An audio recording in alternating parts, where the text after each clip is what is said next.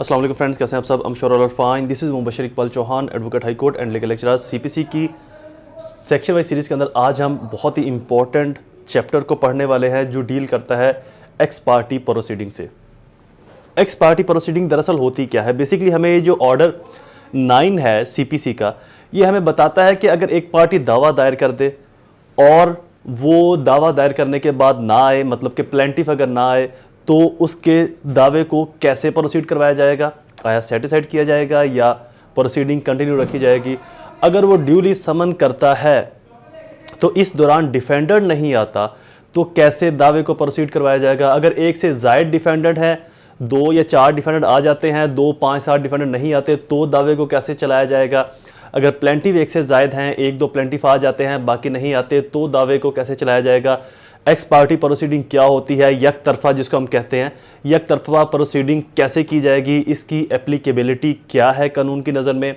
आया जो x party proceeding है इसकी वही वैल्यू होगी जो ऑन मेरिट डिसाइडेड जजमेंट या डिग्री की वैल्यू है या नहीं, इसकी सेट असाइड कैसे करवाई जाएगी एक्स पार्टी प्रोसीडिंग की, तमाम चीज़ों के बारे में हमें ऑर्डर 9 बताता है सीपीसी का।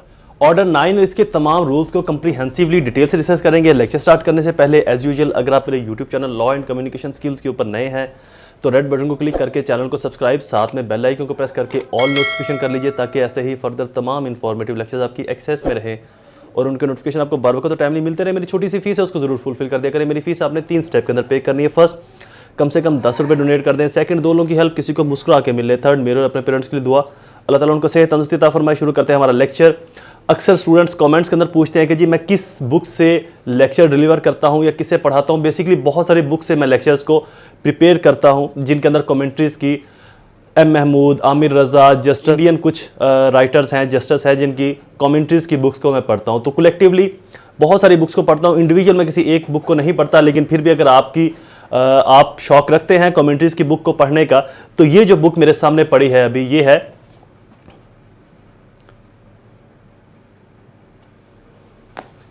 ये है आमिर रज़ा की कमेंट्री वाइज सीपीसी की बुक जो कि 2019 का एडिशन है और ये मेरे ख्याल 5 साल के बाद रिवाइज होता है। ये एडिशन हर बार नया आता है। तो ये आमिर रज़ा की है। इसके अलावा एम महमूद और कुछ जूरीस हैं जिनका मैं डिस्क्रिप्शन के अंदर नाम लिख दूंगा। डिफरेंट जूरीस हैं, उनका नाम अगर ले नहीं सकता तो उनकी बुक्स भी मैं कमेंट्रीज़ की पढ़ता हूँ। सिर्फ बियर एक्ट नहीं, कमेंट्रीज़ की बुक्स पढ़ता हूँ। तो मैं आपको अगर रिकमेंड करूँगा तो आमिर रज़ा की बुक बेहतर है इनिशियली आपके लिए पढ़ने के लिए। और अदरवाइज़ काफ़ी सारे राइटर्स हैं जिनको मैं खुद पढ़ता हूँ जो कि पाकिस्तान और इंडिया के राइटर्स हैं कमेंट्रीज़ की। शुरू करते हैं हमारा लेक्चर। Order 9 rule 1, party to appear on day fix in summon for defender to appear and answer. एक दावा फाइल किया प्लेंटिफ ने, एक प्लेंटिफ है, एक शख्स है, उसने दावा फाइल किया है। दावा फाइल करने के बाद उसने समन भिजवा दिए हैं डिफेंडर को।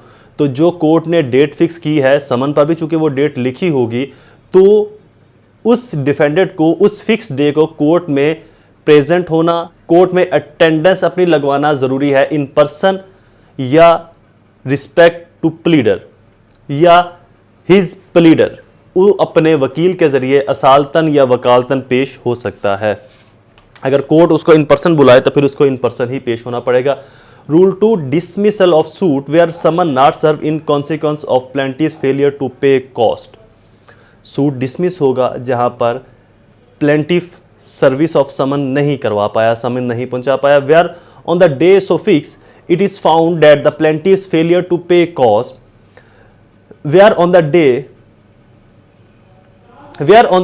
fixed it is found that the summon has not been served upon the defendant in consequence of the failure of the plaintiff to pay the court fee or postal charges if any chargeable for such service, the court may make an order that suit be dismissed. Court suit को dismiss कर सकती है अगर plaintiff ने court fees नहीं लगाई या जो समन के चार्जेस हैं वो या कॉस्ट वगैरह कोई और कोर्ट थिंक फिट इट जो कोर्ट ने मुनासिब समझा उसने उसको पे नहीं किया, तो इस दौरान कोर्ट इस दावे को डिसमिस कर सकती है। Provided that no such order shall be made although the summon has not been serve upon the defendant if on the day fix for him to appear and answer he attend in person और by his agent.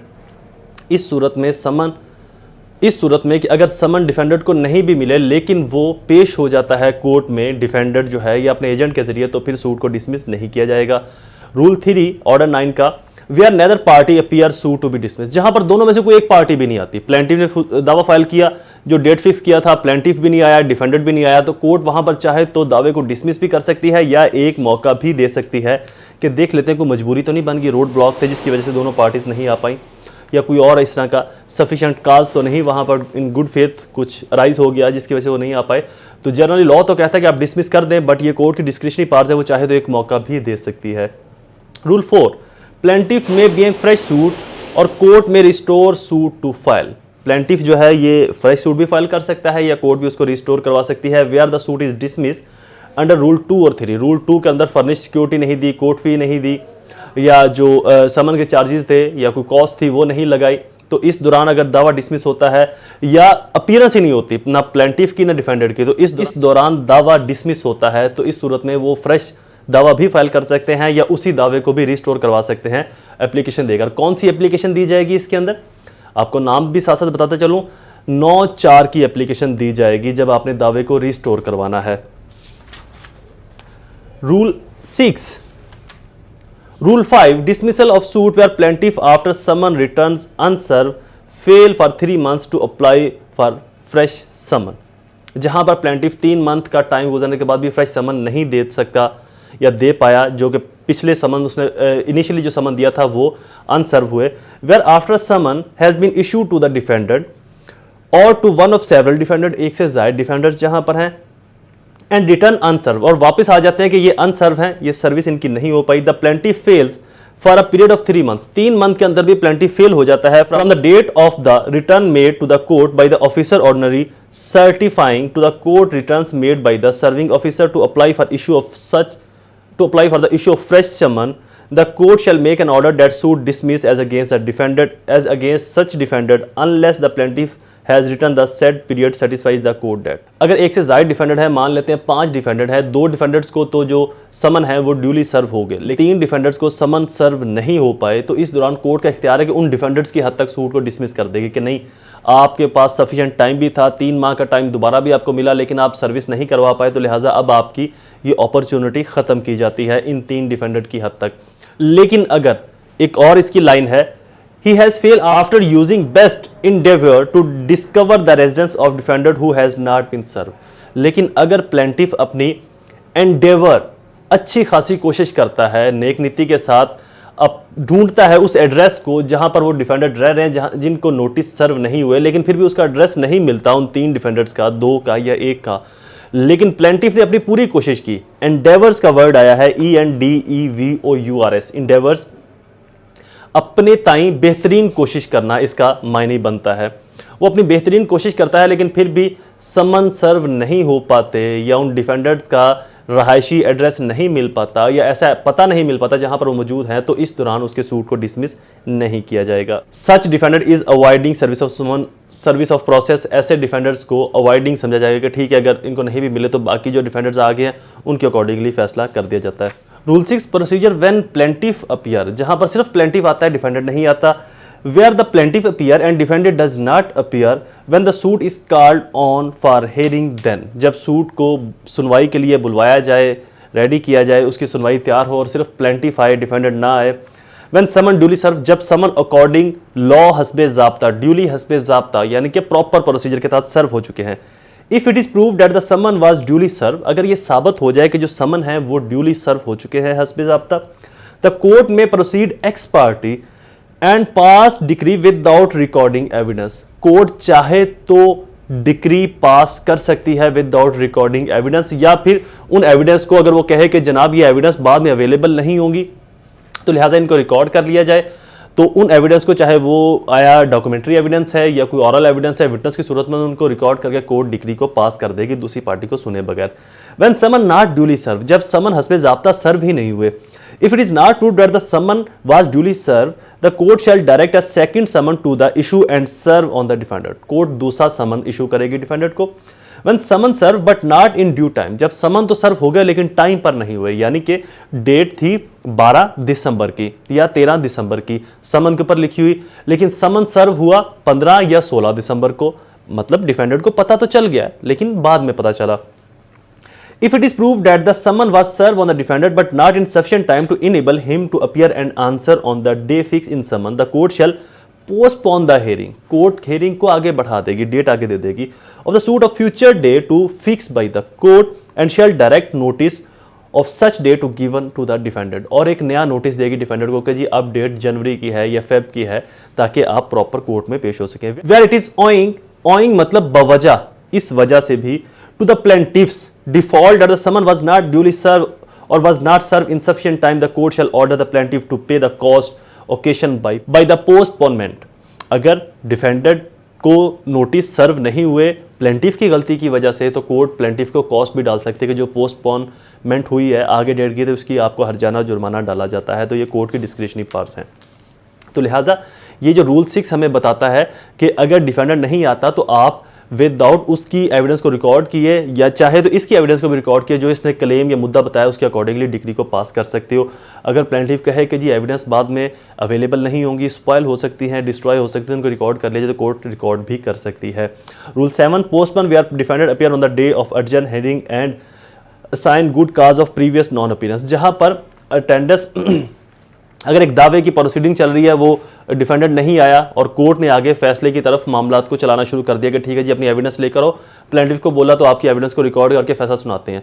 इसी दौरान hearings के दौरान ही defendant आ जाता है और आकर कहता है कि जनाब मैं तो शिमाली इलाका जाते फंसा हुआ था, बारिश बहुत ज़्यादा थी, या सैलाब आया हुआ था, या बर्फ़ जमी थी, रोड बंद थे, मैं आ नहीं सका था, या स्ट्राइक हो रही थी किसी शहर में, इलाके को शहर को बंद किया हुआ था किसी हजूम ने जिसकी वजह से मैं नहीं आ सका, या कोरोना था, लॉकडाउन था, या कोई और स्पेसिफिक रीज़न देता है कि इस वजह से मैं इस कोर्ट में नहीं पहुंच सका.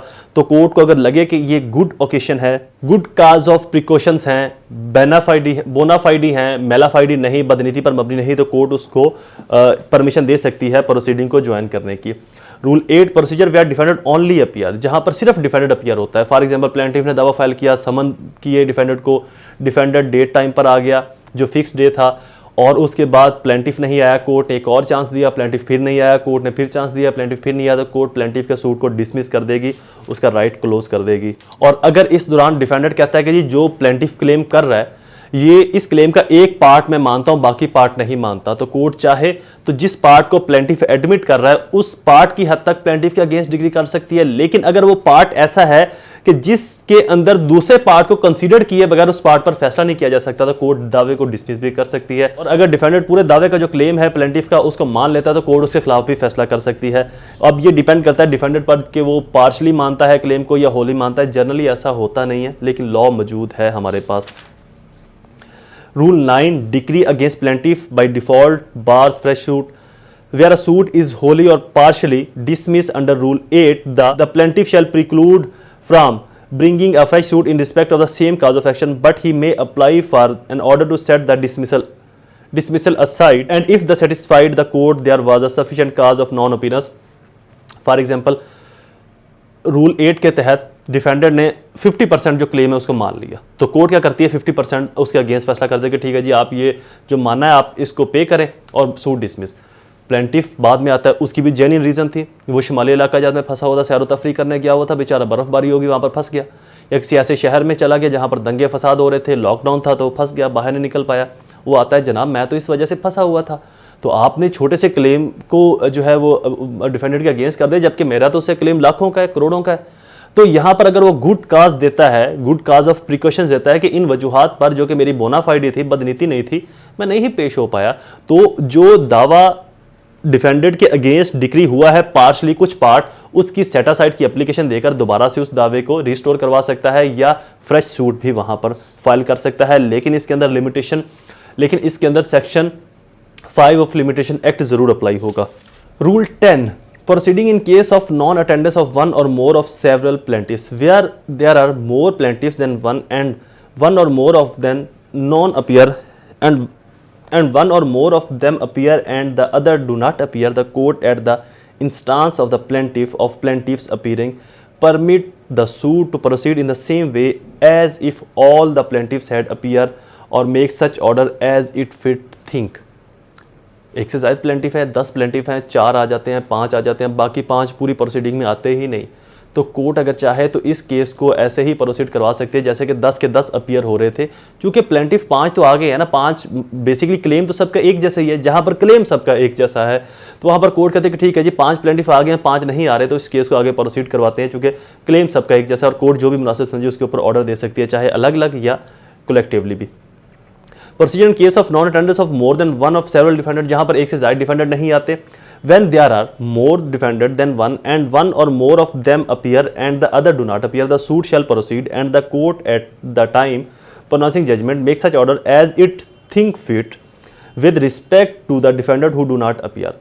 अगर 10 डिफेंडेंट है, 5 आते हैं, 5 नहीं आते, कोर्ट कहते हैं ठीक है जी केस को आगे प्रोसीड करवाते हैं। तो जब जजमेंट अनाउंस करनी होगी तो देखा जाएगा कि आया तमाम डिफेंडेंट की जो रिलायबिलिटी है वो सेम है, इनकी जो रिस्पॉन्सिबिलिटी थी वो सेम है या डिफरेंट है। तो कोर्ट इस चीज़ को भी मद्देनजर रखेगी कि ये जो डिग्री है इसकी एग्जीक्यूशन तमाम के खिलाफ हो सकती है या नहीं हो सकती। अगर वो तमाम के खिलाफ हो सकती है तो एक जैसी ही डिग्री या जजमेंट पास कर देगी, या वहाँ पर कोई और भी ऑर्डर जो कोर्ट मुनासिब समझे उसको वहाँ पर अनाउंस कर सकती है। Rule 12 consequence of non-attendance without sufficient cause, show of party order to appear in person, where a plaintiff or defendant who has been ordered to appear in person, जहां पर plaintiff और defendant को in person ज़ाती हैसियत में अज़ खुद हैसियत में पेश होने का हुक्म दिया गया, does not appear in person appear नहीं होते, to show sufficient cause to the satisfaction of the court of failing to the appear, he shall be subject to all the provision of the foregoing rules applicable to plaintiff and defendant respectively, do not appear। foregoing कहते हैं, foregoing provision मतलब जो साबका provision थी कि अगर कोई defendant या प्लेंटिफ अगर कोर्ट ने इन पर्सन बुलवाया है और वो नहीं आता, कोर्ट की बात नहीं मानता, तो उसके दावे को या उसके खिलाफ फैसला दिया जा सकता है बतौर डिफेंडेंट, उसके दावे को डिसमिस किया जा सकता है बतौर प्लेंटिफ मदई। तो जो साबका जितनी भी प्रोविजंस हैं उनमें कोई भी प्रोविजन उसके ऊपर लगाई जा सकती है अगर वो डिफेंडेंट है या प्लेंटिफ है, जो भी प्रोविजन उसके लिए रिलायबल है। Rule 13 set aside decree x party against defendant in any case in which the decree is passed ex party against defendant, he may apply to the court by which the decree was passed। जिस court ने decree pass की है उसी के अंदर apply करेगा। किसकी application देगा? 9/13 की एप्लीकेशन दी जाएगी सेट असाइड के लिए उसी कोर्ट के अंदर। And if the satisfied the court that summons was not duly serve और that he was prevent by any sufficient cause from appearing, अगर वो कोर्ट को सेटिस्फाइड कर लेता है कि मुझे तो समन नहीं मिला, या जहाँ पर समन मिला वहाँ पर मैं रहता नहीं था, या जहाँ पर मैं रहता था वहाँ पर समन पहुँचता नहीं था, या फिर वो कहता है कि प्रिवेंट ऑफ सफिशिएंट काज, किसी खास वजह से मैं रुका रहा या किसी खास चीज़ मेरे आड़े आई रही कोर्ट में पेश होने से। प्रिवेंट मतलब मुमानत होना, रुकावट होना, बायसे रुकावट बनना किसी चीज़ का। तो कोई चीज़ बायसे रुकावट थी मेरे कोर्ट में पहुंचने तक, मैं जेल में था, मैं आउट ऑफ सिटी था, मैं किसी ऐसी जगह पर था जहां पर मैं पहुंच नहीं सकता था। तो इस दौरान अगर कोई शख्स डिफेंडेंट, चूंकि ये डिफेंडेंट एप्लीकेशन देगा, तो वो कोर्ट में अगर कोर्ट को सेटिस्फाइड करता है तो कोर्ट उसको परमिशन अलाउ कर सकती है दोबारा से केस को प्रोसीड करने के लिए, provided that where the decree is of such a nature that it can not be satisfied as against such defendant only, it may be satisfied as against all और any of other defendants also. जहां पर एक से ज्यादा defendant थे, 9 के खिलाफ decree pass होगी, एक के खिलाफ जो एक्स पार्टी डिक्री पास हुई, वो दोबारा से आता कहता जनाब मेरे पास कुछ और एविडेंस भी हैं। अब वो जो डिक्री है अगर उसके खिलाफ सेटिस्फाइड करते हैं तो बाकी 9 के 9 भी सेटिस्फाइड तस्वर किए जाएंगे, यानी कि उस डिक्री के अंदर कुछ ऐसी फ्लेक्सिबिलिटी नहीं है जिससे उसके एक के खिलाफ सेटिस्फाइड कर दे और बाकी 9 के खिलाफ सेटिस्फाइड ना हो। तो अगर ऐसी सिचुएशन हो जहां पर डिक्री मुकम्मल कलेक्टिवली रिस्पॉन्सिबिलिटी डाल रही है बाकी सभी डिफेंडर्स के ऊपर और एक डिफेंडर के खिलाफ सेटिस्फाइड करने का मतलब है तमाम डिफेंडर के खिलाफ सेटिस्फाइड करने का, तो बेहतर ये है कि तमाम के खिलाफ ही सेटिस्फाइड करके दोबारा से री इनिशिएट किया जाए proceeding. Provided further that no decree pass ex parte shall be set aside, ऐसी कोई भी डिक्री जो पास हुई है वो सेट असाइड नहीं होगी मेरली आमतौर पर on the ground of any irregularity in service of summons, जहां पर समन की अंदर इरेगुलरिटीज आई हो लेकिन ड्यूली सर्व हो चुका हो। इरेगुलरिटी आना और इलीगल होना दो अलग अलग चीजें हैं। इरेगुलरिटीज क्या क्या हो सकती हैं? डेट 12 दिसंबर की थी, समन मिला 16 दिसंबर को। अब डिफेंडेंट ने समन पढ़ा, उसने बोला कि डेट तो 12 की थी, गुजर की, मैं जाता ही नहीं हूं। इरेगुलरिटीज, पाकिस्तान पोस्ट ने समन को सर्व करना था, पाकिस्तान पोस्ट ने उस डिस्ट्रिक्ट में पहुंचा दिया, उसके स्कूल में पहुंचा दिया, या जहां पर वो जॉब करता है उस फैक्ट्री में, उस मिल में, उस कारखाने या उस कंपनी में पहुंचा दिया। उस कंपनी के अंदर एक बेसिकली स्पेसिफिक रूम, एक स्पेसिफिक जगह ऐसी बनी होती है जहां पर तमाम जो डाक वगैरह वो आती हैं। वो शख्स वहां पर गया, उसने डाक को देखा कि कोर्ट का समन है, मैं देखता ही नहीं है क्योंकि देखांगा तो मुझे जाना पड़ेगा, देखकर उसने रख दिया। इरेगुलरिटीज और क्या क्या हो सकती हैं? जो एड्रेस डिफेंडेंट का था वो उसके भाई का एड्रेस था या उसके किसी दोस्त का एड्रेस था, वहां पर समन गया, उस दोस्त और भाई ने उसको बताया भी, लेकिन उसने इसलिए रिसीव करने से इनकार कर दिया कि यार दफ़ा करो, मैं बाद में कह दूंगा कि मुझे समन मिला ही नहीं, लेकिन समन उसको मिल चुका था, उसने देख लिया था। तो ऐसी किसी किस्म की इरेगुलरिटीज़ की वजह से अगर समन की सर्विस प्रॉपर नहीं हो पाई लेकिन उसको पता चल गया, तो वहाँ पर डिग्री सेटिसाइड नहीं होगी। लेकिन फिर भी अगर वो डिग्री को सेटिसाइड करवा लेता है डिफेंडर, तो यहाँ पर भी लिमिटेशन सेक्शन 5 अप्लाई होगा। उसके बाद रूल 14 है, 14 इस